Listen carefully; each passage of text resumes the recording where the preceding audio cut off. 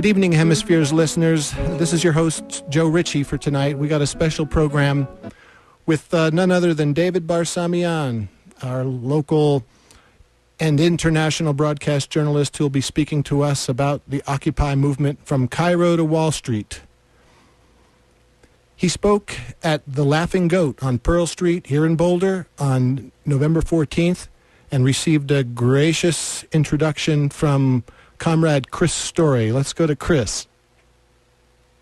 I also have the honor to introduce to you tonight someone who has raised such ire with the Indian government that he was recently denied entry to India. He has been banned from entering India by the Indian government. No official reason was given, but I presume it has to do with his audacity in investigating the atrocities that Indian security forces have been perpetrating in occupied Kashmir. So David was born of Armenian parents. His parents came to the United States fleeing a genocide that was perpetrated against the Armenians at the beginning of the 20th century. They came here because they were fleeing a series of pogroms that the Turkish government were perpetrating against the Armenians, and to this day, the Turkish government denies that these pogroms ever took place, and that's why David is here with us today. So I think he grew up with an intimate personal understanding of state violence and government power and the negative effects that those things can have on ordinary citizens' lives. When David was my age, he was in India, dodging the draft and learning how to play sitar. David came to Boulder in the late 70s, and in a story that may be familiar to a lot of people here, he immediately fell in love with Boulder and decided to stay. And he started working for KGNU in 1978, I believe, and he started out working on a music program. He hosted a music program for KGNU. But then in 1986, he founded Alternative Radio, which to this day is still broadcast once a week on KGNU and is available for free to public radio stations all over the United States and around the world. And for decades now, Alternative Radio has been providing a voice to people who are otherwise excluded from our public discourse by the corporate-controlled mainstream media. People like Tariq Ali, Arundhati Roy, Edward Said, Vandana Shiva, Howard Zinn, many others. And he's actually devoted particular attention to cataloging the wisdom and musings of one of my other heroes, Professor Noam Chomsky. And these interviews are routinely published in progressive publications like Z Magazine, The Progressive, the International Socialist Review, and others. And as I said before, he's in the habit of turning these interview transcripts into books. Okay, so I want to conclude with telling the story that David's heard repeated like a half a dozen times, and he's probably tired of it, but it's the story about how I met David. I got hired here at the Laughing Goat just a few days after I moved to Boulder, actually, 3 years ago. And I had the privilege of serving a regular customer who I just knew as David. And he used to come in and drink espresso and sit and read the New York Times and jot notes in the margins and never failed to complete a crossword puzzle. And this regular customer, David, was in the habit of paying in cash. But one day he came in and he handed me a credit card. And I looked and I saw that this credit card belonged to David Barsamian. And I immediately recognized the name. I said, "You're David Barsamian?" Actually, I think I probably mispronounced it. I probably said, "You're David Barsamian," or something stupid like that. But I said, "You're the guy that runs Alternative Radio?" He said, "Yes." I'm like, "You're the one that published all of those books, the interviews with Noam Chomsky and Howard Zinn?" He said, "Yeah, that's me." I said, "Can I sit down and talk to you after I get off work?" And he said, "Yes." And so I sat down and talked to him, and that was the beginning of a 3-year friendship. But it was really fascinating to meet David because when I met him, I was expecting him to be this sort of stoic academic, very serious, maybe even a little bit boring, you know, like Noam Chomsky. But I will tell you, this guy is always smiling, always laughing, always telling jokes, and always spreading positive energy to everyone that encounters him. So I was very pleased to learn that he's interesting, he's funny, and he's a loudmouth smartass, just like me. So it's my honor and privilege to introduce to you a light in a very dark world. My friend, my guru, Mr. David Barsamian. He's going to talk to us about Occupy Wall Street. Good evening, Boulder and members, baristas, customers, comrades, brothers and sisters. Herzlich willkommen, bienvenidos. Good to see you all here on this Monday night. I hope I didn't drag too many of you away from the Packers-Vikings game. I bring you greetings because I've just returned from Washington State from Occupy sites in Bellingham, on Whidbey Island, in Tacoma, in Seattle, and in Olympia, all in the last 4 or 5 days. Very large encampments. There's something happening out there, as the famous song from the late 60s would remind us. What it is ain't exactly clear. What is clear, though, that in the last couple of days, the state security forces, that is, the people who are responsible for law and disorder, usually violating the law while also creating disorder, have been raiding camps, in some cases razing them, eliminating the kitchens, getting rid of the tents, moving people off of public property. This is really an interesting development, because what has happened in the last 10 years since the war on terror has given us scareports and endless insecurity, fundamental freedoms and rights have been eroded. Not just diminished, but eroded. One of them being the right of free association, the right of assembly. So people coming together, for example, in front of the state capitol in Denver, are being denied the right to express themselves. That's First Amendment freedom of speech, but also to free associate, and also the right to assemble. So all of this, of course, is done in the name of security. The latest one they came up with, because of what's been going on in the last few weeks, is public safety and health. You can believe that the state security forces are interested in protecting our health. Yes, you can believe that. Pigs also fly. I have incontrovertible proof that will demonstrate that pigs can fly. And I have a deed to the Brooklyn Bridge here, which I'm going to sell to the highest bidder at the end of the evening. So Washington was very exciting. The week before that, I was in New Mexico, and I was visiting Santa Fe. Now, I hate to contribute to cliches about Santa Fe, particularly coming from Boulder, not exactly a non-elitist community. But in Santa Fe, when I went to the Occupy camp, it was like right out of an REI catalog. Designer tents just across the street from Whole Foods on the main drag in Santa Fe. And not a blade of grass out of a rye. There was no garbage anywhere. Unlike Seattle, which lives up to its reputation of grunge, you can find the Occupy Seattle by just following your nose. So that was Santa Fe. I'll be going to New York on Wednesday, then coming back, then going to San Francisco. Right now, there's a lot of demand for public speakers.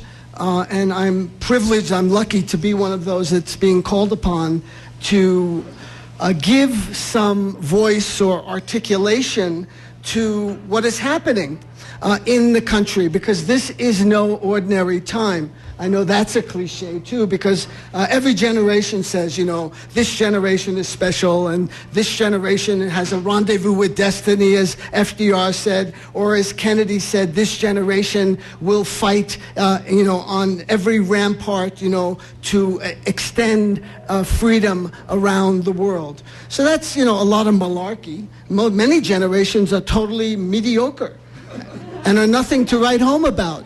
Let's speak English clearly here. But right now, there is a movement in the country that is very significant.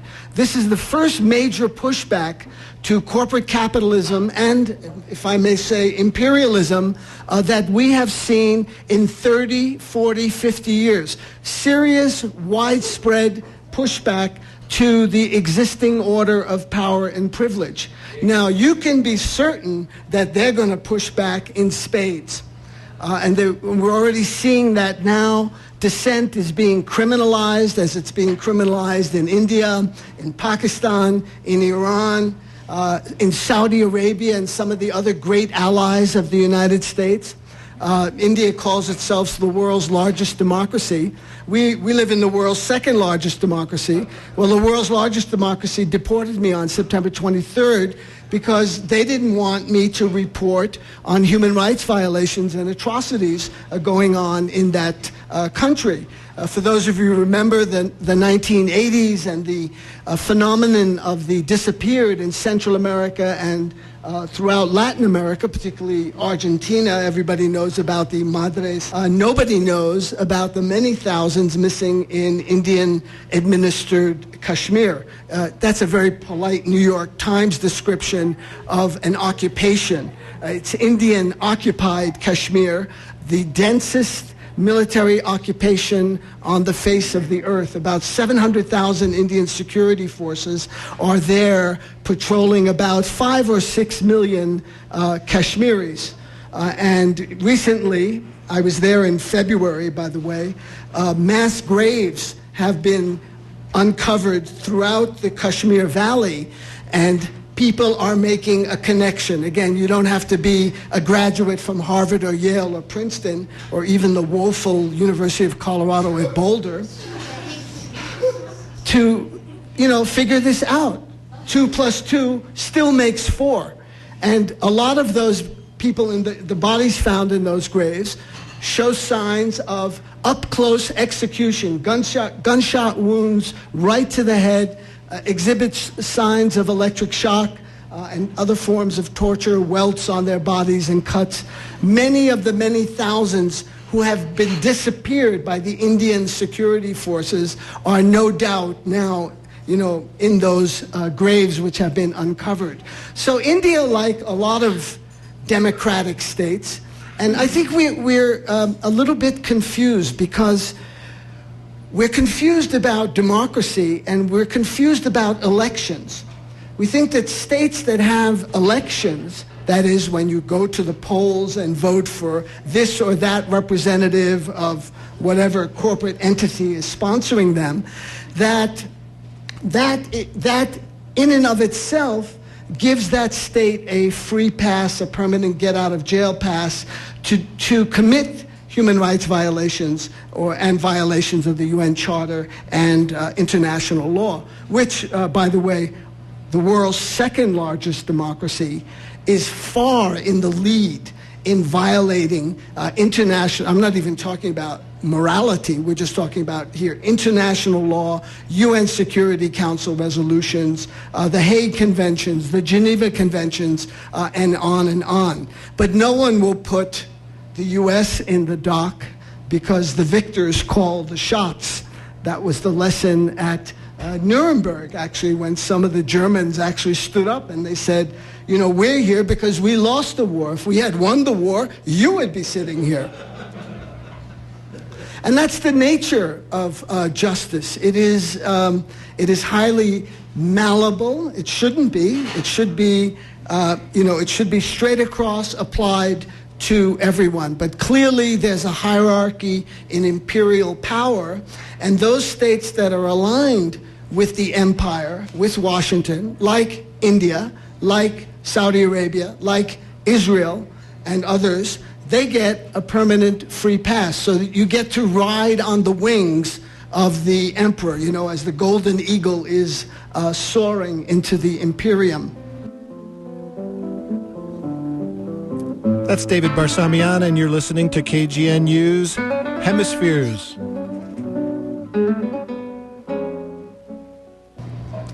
Now, one of the things that's really interesting in the Indian subcontinent, by that I mean Pakistan, Nepal, Bangladesh, and India, home to almost a fourth of the world's population at this point, is the use of poetry. And I know this is a poetry night here at the Laughing Goat. Almost forgot where I was. How embarrassing is that? I hope I don't repeat myself like Rick Perry the other night when apparently his brain locked up for a very long time. The assumption is there that Perry has a brain and that it locked up.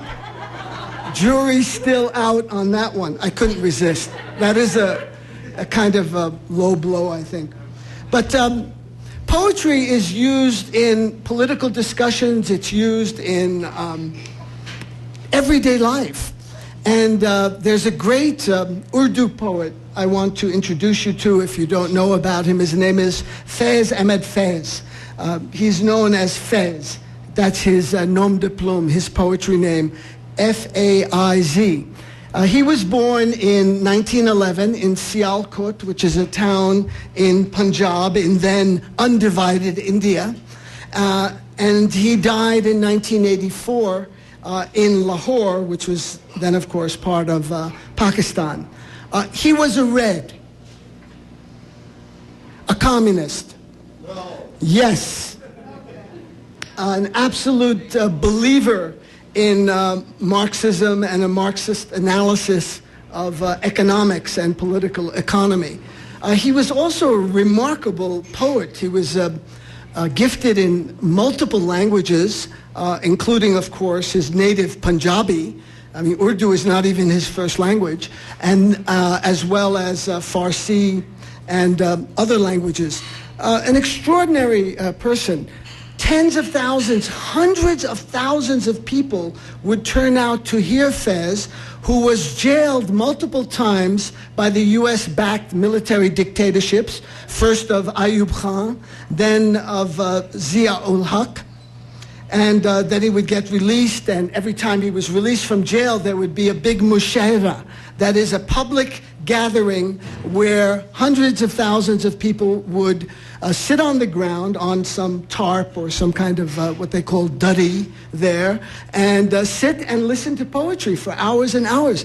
Mind you, not even everyone could get the nuances of Faiz's very sophisticated Urdu diction, but they appreciated the sound. They appreciated being in community. They appreciated being together with kindred spirits. So poetry overcomes a certain isolation. It brings people together. And this is his most famous poem. It's called Bol. Bol in Urdu is the imperative for speak. So speak.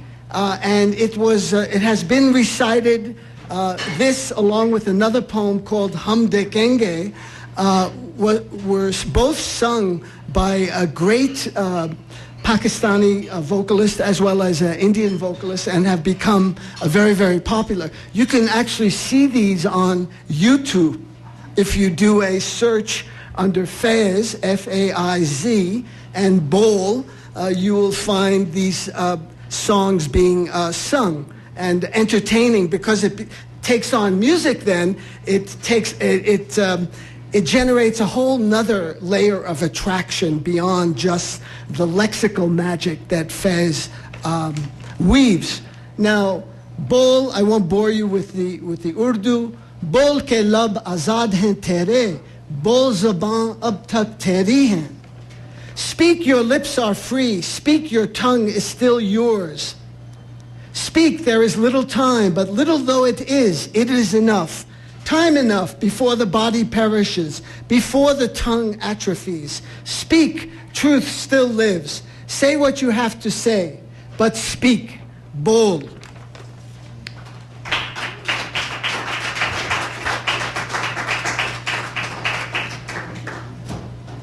So this is a poem of resistance. It's a poem to break the silence. It's a poem I wish someone would have shouted out at New Delhi airport as I was being carted away by the immigration officials. But unfortunately, that wasn't the case. And until this day, these poems have deep meaning in the cultural life of people in South Asia. There's another poem that I did find it. Hum dekenge. Okay, if you do a search again on Google under Fez, H-U-M and then D without the screech. The screech will not bring you to the link. It will bring you other kinds of joy, but not to the link. Hum dekenge, D-E-K-H-E-N-G-E. This means, and we shall see. It's a great political song. It was sung by Iqbal Bano before tens of thousands in Lahore. It was, again, one of the anthems of resistance. So poetry as resistance. Hum dekenge, lazim hai ke hum bhi dekenge. Wo din ke jiska wada hai, jo loe azal mein likha hai. We shall witness, we shall bear witness. It is certain that we shall witness the day that has been promised, on which it has been written on the slate of eternity. And here's the real line here. When the enormous mountains of tyranny blow away like cotton, when the enormous mountains of tyranny blow away like cotton under our feet, the feet of the oppressed, when the earth will pulsate deafeningly, and on the heads of our rulers, when lightning will strike, when the crowns will be tossed, when the thrones will be brought down. So this is a clear message to the Pakistani military dictatorship that we're out here, we the people are out here, we're watching, and we're expecting that day when you will fall, as Zia did fall, as other dictators have fallen, as Hosni Mubarak fell in Egypt after 30 years of rule. If on January 16th, the day before Tahrir Square erupted, if you would have, laid odds that Mubarak would have been overthrown in 3 weeks, someone would have given you 1,000,000 to 1 odds on the least likelihood of that happening. Well, that's in fact what happened. The great and the powerful, like Shelley talked about in Ozymandias, a fabulous poem which I recommend to you, which also Howard Zinn closes A People's History of the United States to. None of these pharaohs, like Ramses II, or their modern day equivalents, like the Hosni Mubarak, will be there forever. They can come tumbling down. So there are Occupy movements all over the place. And now here in the United States, we are seeing signs of revolt, rebellion, and resistance. It is finally, as someone said. Well, it's much harder to operate in the heart of the beast. Much, much harder. Because, for obvious reasons. First of all, there's a high level of propaganda. There is a modicum of freedom here. Look, we can have an evening like this. Stormtroopers are not going to burst in and, arrest everybody or shoot us. We have these opportunities. We have alternative radio. We have Noam Chomsky. We have various avenues of dissent, but it is strictly controlled in terms of access. It is limited in terms of range. So in terms of getting to a mass audience, it's very, very difficult. That's starting to change. I think Amy Goodman's Democracy Now! Is a remarkably brilliant program. But other than that, it is also hugely successful. It is getting on TV and radio stations all across the United States. And that's a very hopeful sign that there is an audience for dissidents. Because, people have figured out the corporate media. If you want to worry about, is that really Justin Bieber's child, Or is Miranda Cosgrove's career on the downslope? Or will Adele recover from her throat surgery? We've got all kinds of media for that. Weapons of mass destruction. Tim Tebow completed 2 passes yesterday. One of them was for a touchdown, and the Broncos won the game. Does that mean, he's the John Elway of the future? Let's have a big debate about that. Let's get down in there in the trenches and, really talk that out and flesh out that information. Meanwhile, corporate capitalism is absolutely hollowing you out, and your parents and your grandparents. It is devastating the economy. The housing sector has gone up in flames, shows no sign of recovery. And overseas, we've got the best imperialism our taxpayer money can buy. And that is something that the Occupy movement needs to be talking about. Not just about greed and a few, nasty bankers and financiers who are just too greedy, If they only had kept their greed in check. Like, how do you measure that? What is legal greed these days?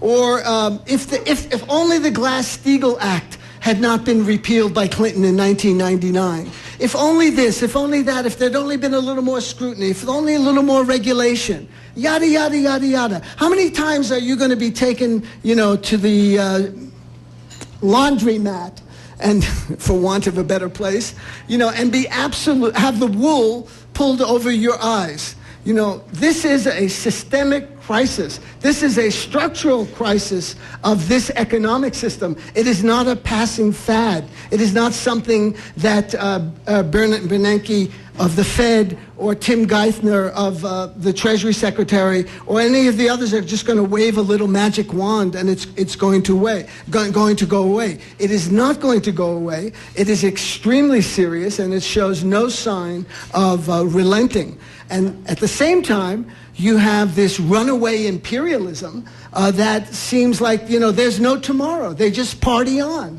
Let's bomb Pakistan. Now they're talking of invading Pakistan. They're talking again of invading Iran. They're bombing Afghanistan, of course. They're bombing Somalia. They're bombing Yemen. Did I leave any countries out? There are U.S. troops now in Uganda. There are U.S. troops operating in Colombia, in Latin America.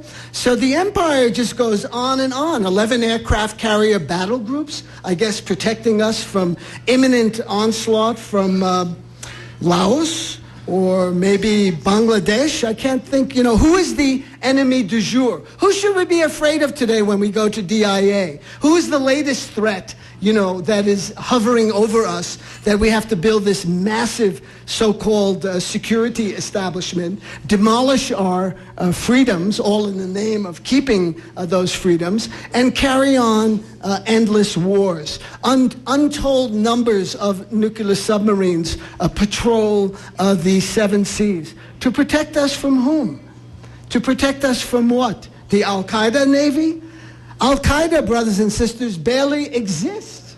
Its power, its operational ability has been so diminished. I mean, it wasn't ever a huge organization. It was only, maybe a couple of hundred, maybe 2,000 is the figure that is most often cited. Excuse me? The comrade said the British just admitted that Al-Qaeda was pretty much a fabrication of the Western imagination. Well, you can imagine the pickle these guys are in, the corporate capitalists and the imperialists, when the Soviet Union fell in 1991. I mean, that was a real crisis. Because how are we going to continue to pull the wool over your eyes and get you to vote for endless military budgets if there's no threat? So very conveniently, Al-Qaeda, which came out of the Taliban, which came out of the Mujahideen, which was all invented by the CIA, the Pakistani intelligence, and the Saudi Arabian regime in the 1980s, they became the enemy du jour. You remember Noriega didn't stick, Gaddafi didn't stick, Saddam Hussein, no one really took him seriously. That didn't stick. Let's see, who did I leave out? Medellin, Cali cartels, remember that? They were going to take over America. We need to defend ourselves. I mean, time and time again, this is the pattern. Scare the people, manufacture fear, and carry out military operations on putative enemies. Many of those enemies former allies, like the Mujahideen, like Saddam Hussein, like Gaddafi, and Noriega, and on and on. You're listening to Hemispheres, and that's David Barsamian, Director of Alternative Radio. We have this special program in part celebrating the 25th anniversary of AR. And let's get back to David's comments on from Cairo to Wall Street. Castro. What about Castro? He frightens me. You should be frightened. The Cuban Air Force, probably after the U.S. Air Force, is the most powerful in the world. I was just in Washington State. This is now a breaking news story. You're the first people to hear this. I saw Cuban submarines surface right in Puget Sound. Cuban helicopters were flying right over West Seattle. I mean, it was shocking. I was scared out of my mind. I called 911. I said, the Cubans are here. They're not coming. They're here. Save us, save us. And they said, you just wait right there. We'll call out the Navy. Washington State, which you all may think is, this kind of bucolic paradise, Microsoft and lattes, and I'm not going to say that horrible coffee chain, which begins with an S. Really cool place. It's also one of the most militarized states in the country. I mean, I got a real whiff of that when I was coming into Whidbey Island. First of all, before you get into the island, there's a bridge, and there's an Indian reservation right there.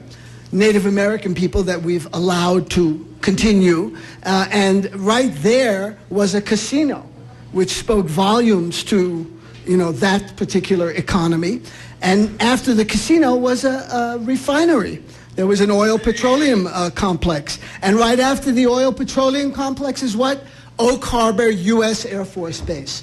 So it was like 1, 2, 3, right in a row. And that's what I talked about that night at Whidbey Island, the next night in Seattle, the next night in Olympia, because it was a microcosm of everything that is going wrong with the United States. The militarism, the racism, that you could put a refinery right on Indian land, and also the patronizing of Native Americans and their culture, calling bin Laden Geronimo, and missiles Tomahawk, and killer helicopters called Apaches.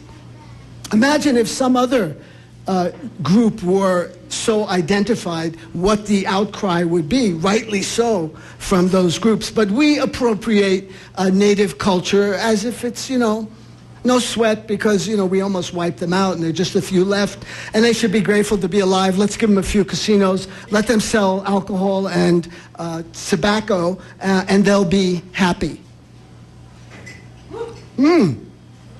So Washington State has the Oak Harbor Air Force Base. It has a huge submarine base at Bangor, another base in Bremerton, an aircraft carrier base at Everett. I saw all these. I saw the aircraft carrier at Everett, fighting off the Cubans, of course, and also Fort Lewis, one of the largest military bases in the country. So like Texas, like Colorado, like other states, New Mexico particularly, these are the western part of the United States is highly militarized, highly tied into the military-industrial complex, which basically calls the shots in literally and figuratively in U.S. foreign policy. Why did the U.S. get involved in bombing Gaddafi? Because it cared about human rights in Libya? This is a legitimate question, one that is never asked in polite discourse. One could ask, well, look at what India is doing in Kashmir. 70,000 Kashmiris have been killed since 1989 when a rebellion broke out. 8,000 to 10,000 are missing. Many more have been wounded, tortured, have been forced into exile. That's not a concern to Washington policymakers because the ally is doing it. And so when the ally does it, international law does not apply. But when a designated enemy carries out atrocities, and these were bad, But on the scale of what's going on in India or some other places, it makes Gaddafi look like the second coming of Mahatma Gandhi. Apparently, several hundred Libyans were killed. There was a threat of genocide and massacre. Now, this is something, that was speculated on but not demonstrated. There was a possibility of that. There's a possibility of genocide and massacre when we go out on Pearl Street tonight. There is the possibility. It has to be demonstrated. So merely saying that does not mean that it is true. So all of this stuff came out, about genocide and massacres, and the international community had to do something. International community, pure propaganda. 101% propaganda. International community means the United States of America and all the countries that agree with it. That's the international community. So when the international community votes to seat Palestine at the United Nations by 193-3, that's ignored by the United States. The three being the United States, Israel, and the Marshall Islands, or Tonga, or some little state in the South Pacific that they pick up. That international community is ignored, dismissed, and in fact humiliated and insulted, because it's only when the big boys call the shots does international law apply. So you have to ask yourself, brothers and sisters, if Libya had only Kaladi coffee and croissants and apple pie, would the United States have invaded it? Would it have carried out this NATO bombing? Same thing with Iraq. If Iraq were noted for cauliflower and broccoli, would that have attracted U.S. Policymakers? It's a fair question to ask. I leave it to you to come to a conclusion that perhaps it is not human rights and international law and morality that motivates Washington to act, but the pursuit of profits, the pursuit of oil. I see some shocked faces now in the audience. Why are we in Africa? We are in Africa because of resources. Manganese, iron ore, coal, diamonds. Africa is very, very lucrative. Of course, the Chinese are way ahead of the U.S. In Africa. So the U.S., really has gotten basically a free ride. The Occupy movement is, I think, one of the most exciting developments that's happened in recent decades. I said that earlier. And we need to support it. And it's now going to go into a new phase because it's being moved out of the camps and sites, and it's probably going to move on to colleges and universities. And so how will this evolve? How will this develop? I think a lot of that depends on us. If we're bystanders, if we're just onlookers and not participants, then it's pretty certain how this movement will end up. It will just fizzle out. And it needs that kind of adrenaline. It needs some kind of also ideological motivation. Now, that's not to scare you off, but there needs to be some kind of programmatic schematic. There needs to be some kind of stated goals or aims. I mean, I'm all for some kind of an amorphous type of leadership that comes to decisions based on consensus. But we need to be posing, collective we, if I may say that, we need to be posing an alternative to imperialism and capitalism. Do we just want a kinder, gentler capitalism? Will we be satisfied if the tax rate for the rich goes up from 35% to 37%? Will that slake our thirst? Will we be satisfied if the 725 military bases around the world are reduced to 680 or 590? Will that do the trick? Probably not. So I urge all of you to agitate, educate, get involved, be with your community in whatever way you can, and support the movement for genuine alternatives. You all agree?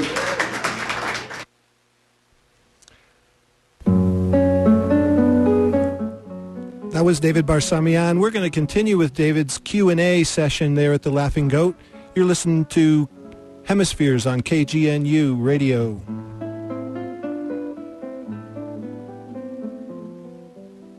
Comrade General Joe Ritchie coming to the microphone. Everybody duck. No, I had the pleasure of listening today to a 1986 talk given by Noam Chomsky here at CU Boulder. I think it was like the maiden voyage for the launching of AR. And it was a blast from the past, but it was incredible how much resonance, some of the same chords that Noam was striking in 1986 could be struck today. Among them was talking about Libya. Back then it was the Reagan administration that was the flavor of the month enemy. And I couldn't help but think about what similarities there are between the Obama administration and the administration of Mikhail Gorbachev. And I wondered if you could speak to comparing what Gorbachev went through in the late 80s and maybe what President Obama is going through right now. This is a tough one. This is like a Jeopardy moment. Yeah, this is a really difficult question, because I don't think any two epochs are analogous. That's what speakers always say when they want to avoid answering a question, No two situations are similar. I don't want to answer this question. But it's true. What was happening in the 1980s, the Soviet Union was imploding from within. It had always been an artificial state. It had been held together by a top-down structure, a party leadership that did not brook dissent. And I remember Howard Zinn saying to me once that one of the greatest blows ever to hit socialism was when the Soviet Union was formed and it took the name Union of Soviet Socialist Republics. Because then people were saying, see, that's socialism. That was not the democratic socialism of Eugene Victor Debs, for example, or any of the other great American socialists, Norman Thomas, for another, to give you an example. However, there is a similarity in terms of massive military spending, imperial overreach, and an inability or an unwillingness to provide for the general population. We see that here now in the United States as tuition fees are skyrocketing, as loans become unavailable again, as foreclosures move into yet the next phase of many hundreds of thousands of people losing their homes, as unemployment continues in double-digit rates. We see, an economy that is simply not working. I mean, how else can you describe it? How else can you describe capitalism but as an economic failure? You have millions of people out of work, millions of jobs that need to be done, from repairing the infrastructure, to building schools, to building parks, to building swimming pools, rec centers, airports, all these kinds of things that we need, hiring teachers instead of laying them off, hiring librarians instead of laying them off, and this system cannot put those two things together. I would call that system a failure. That is system failure. That is a dysfunctional system. So it's not to say the same thing was happening in the Soviet Union, but the Soviet Union was imploding from within. It had too many internal contradictions, and it didn't even allow the modicum of freedom that we enjoy here, such as an evening like this. I mean, that was not even in the cards in the old Soviet Union. Something exceptional could have happened in 1919, 1920, 1921. It was aborted by massive invasions from Japan, the United States, England, France, and other countries that sought to overthrow this new Bolshevik revolution, the Soviet Republic, and that hardened the hardliners. Again, a typical case of when you invade a country, people rally around the flag, and usually the Schwarzenegger type will emerge as the leader. In this case, it was Stalin, who Trotsky warned Lenin about in a very famous letter. That this guy is ambitious and he's not interested in any kind of democratic socialism. He's interested in power. And that's the intoxication of power that, envelops a lot of so-called leaders. It's easy now to attack Obama. He's made himself so vulnerable. I will just say two things about Obama. One that Ralph Nader told me about when he was elected. He said, Obama has an Achilles heel. He's adverse to conflict. He will do anything to accommodate. He will do anything to get you, let's be one big happy family. That's number one. Number two, when he assumes the presidency and got that ridiculous Nobel Prize, which if he had any brains, he would give to Bradley Manning, for example, but he won't. A real hero who saved lives. Did you notice how he started governing? He started governing as if he barely won the election. Hello? He won by 10 million votes. Bush, in contrast, who was the recipient of a stolen election from the extreme court, did not even get a majority of the vote in the United States. He ruled as if he won by 10 million votes. So that was a remarkable contrast. And then pretty much it was, the flag waving, let's move the surge into Afghanistan, and the bailouts and all the rest. The litany now of the last 3 years is well known to all of you. I don't have to rehearse it here. The question that I have is this. The Occupy movement has the potential to be powerful, but it's been accused of, and I personally see it as being relatively aimless and filled with a lot of people that don't really know what the hell they're doing. They're just out there for no reason other than they're just generally unhappy. Is one of your concerns that maybe you're just using an aimless movement to forward your own agenda, which I happen to agree with? And if so, what do you think is the best way to proceed? Or do you feel like the Occupy movement is in line with your agenda? I guess that's my main question. It's not turning into my agenda. If this is a genuine revolutionary movement, then there's no telling where it might go or what it might lead to.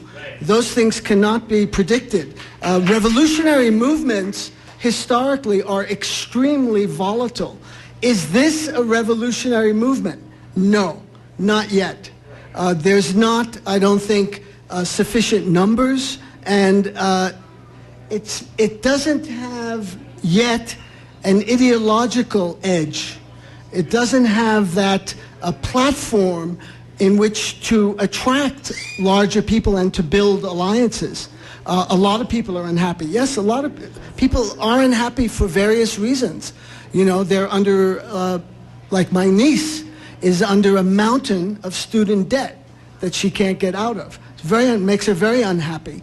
People who have lost their homes, pensions, life savings are very unhappy. So I think there's good reason for people being angry, that if it's channeled in a right direction, it can be very positive. It can be transformative. So how this is going to play out, I have no idea. I speak, and I do these radio programs, and I put myself out there as a source of information and analysis. You can reject it, accept it, or whatever. But this is what I'm doing, and so I'm not part of this movement per se. I'm an ally and a media ally. Then just a quick one. Is it actually possible to have a revolution in this country? Is it actually possible? Of course it is. The odds are long, but I can tell you in 1932, 1933, the country was very close to a full-scale revolution. At that time, there's a lot of people who were around in those years, I can tell from your faces. There was a very active Communist Party. There was an active Socialist Party. This is not an oxymoron, but there were many anarchist organizations. And these were all pushing FDR like crazy to do something about the economic crisis, the Great Depression. And in 1932, I don't know if you remember this or know it, but Roosevelt ran on a balanced budget. He ran on fiscal responsibility. But in those days, the election was in early November, and the president wasn't inaugurated until early March. In that interim period, there was a threat of revolution in this country. There were general strikes. Flint was to come, San Francisco, Seattle, major upheavals in the country, and the capitalists were worried. It's not for nothing that Howard Zinn said that Roosevelt saved capitalism in the 1930s. So of course it's possible. Is it likely right now? No. But that possibility exists, and we shouldn't we shouldn't have our eyes shut to that possibility. I guess my question, which is a very difficult one, I'm sorry. How do we confront our hypocrisy every day of not wanting to go to war over oil, but driving cars, and not wanting to enslave other countries, but buying clothes that were manufactured in countries where labor rights don't exist? I guess, how do you educate people my age and younger that their money is their vote, I guess?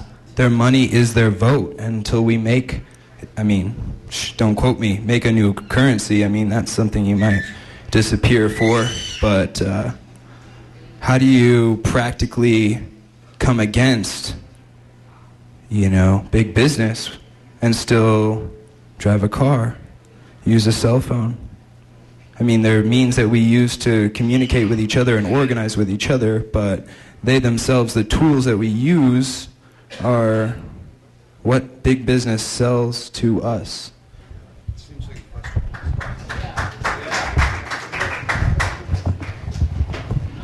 Another tough question, and I don't want to be here as a kind of oracle telling you what to do, and I think we all have to make individual choices and collective choices as well, and doing things that you feel are authentic and are appropriate for you is the path that you should follow.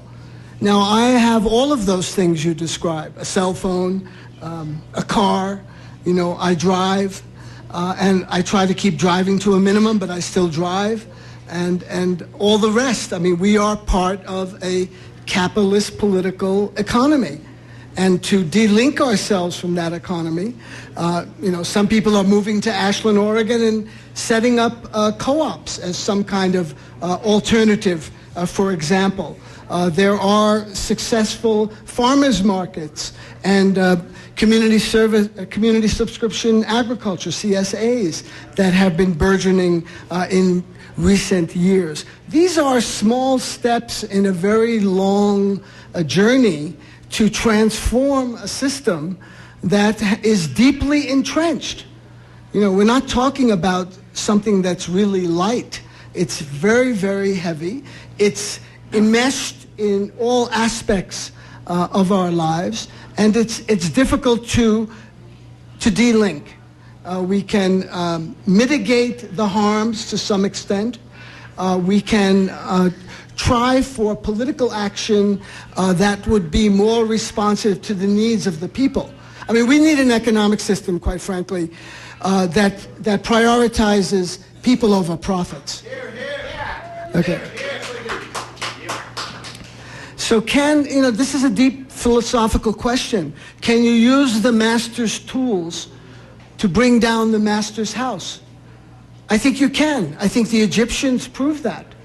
Within 3 weeks, this was the Facebook revolution. This was Twitter and YouTube, and also a lot of other things that did not come to the surface. There was a lot of union organizing going on for many, many years in different parts of the country. So it is possible, and even more so in a democratic society with liberal pretensions as we have here, land of the free and home of the brave. There is a lot of space here to operate. There's George Newell is here from Vets for Peace. Henry Kroll is here, representing the UU movement, which, does so much around the country in terms of educating. They hosted Antonio Yuhas last night in a speech. 100 people there. So, there are people, there are organizations, there are groups right in this community. I actually urge you to get in touch with George or with Henry and see what they're doing. Maybe that's something that you can get involved in, that you can volunteer and act collectively. I think one-offs is where they got us, So if it's just me recycling my plastic and newspapers, and feeling very virtuous and driving a Pius, also known as a Prius, and then I can, feel very good about myself.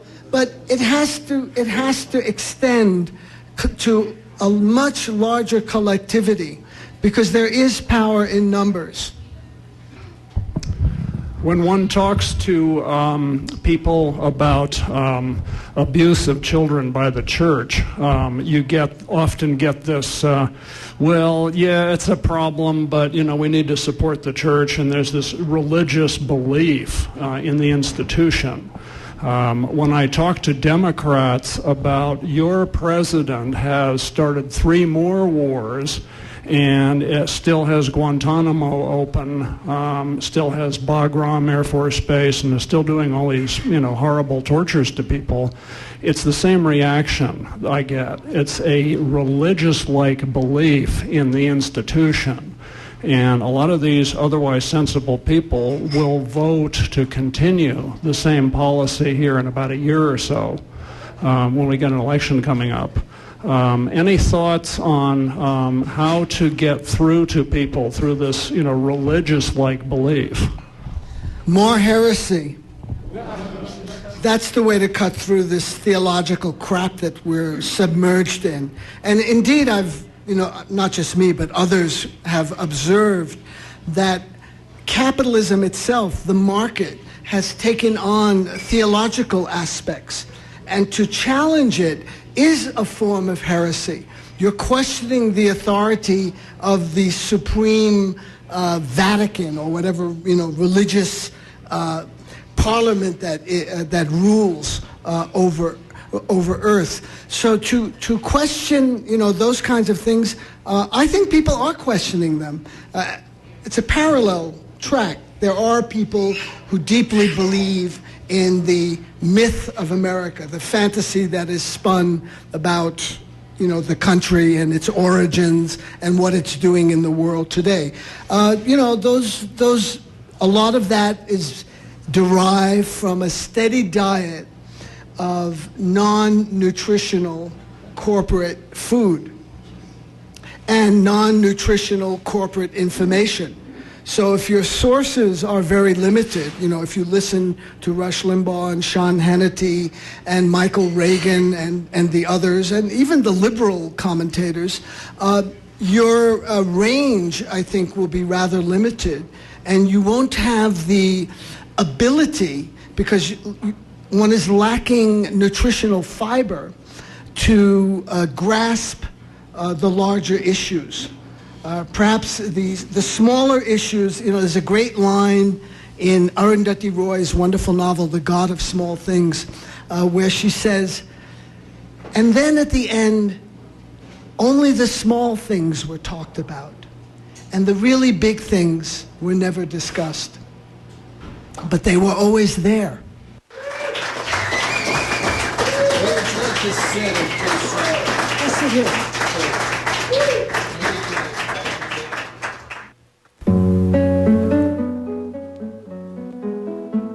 That was David Barsamian, director of Alternative Radio. Alternative Radio celebrating its 25th year. You're listening to KGNU. We're enjoying our 33rd year of broadcasting pleasure.